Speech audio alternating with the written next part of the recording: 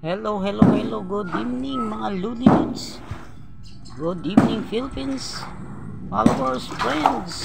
Ayan, thank you nga pala sa walang sawang suporta sa mga katulad naming construction worker. Ayan nga, mga idol.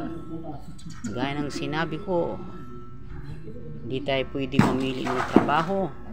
Ayan ang body ko. Ayan, naikwento ko lang sa inyo. Ito yung dating foreman ko sa painting, sa pinto. Ayan, tingnan nyo naman kung anong hawak niya ngayon. Hindi brush, hindi roller, kundi maso.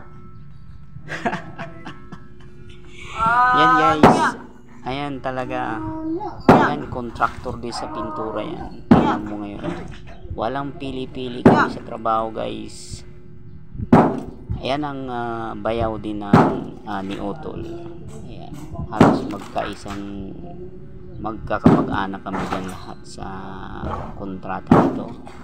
So tulong-tulong.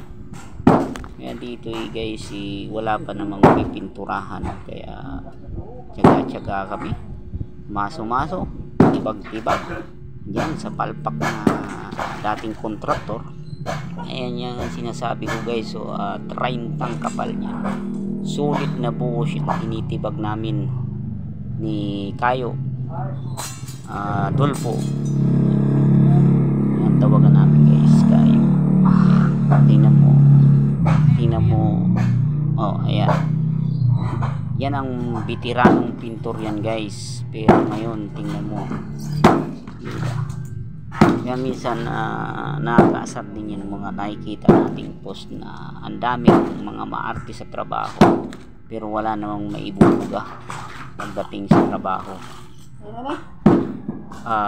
Rate agad ang tinatanong, magkano sweldo, hindi pa nga pinapakita yung best, hindi pa pinapakita yung gawa, ano ba talagang skill, diba? Yun ang mga maarting trabahan. So kami kailangan kumayod talaga para sa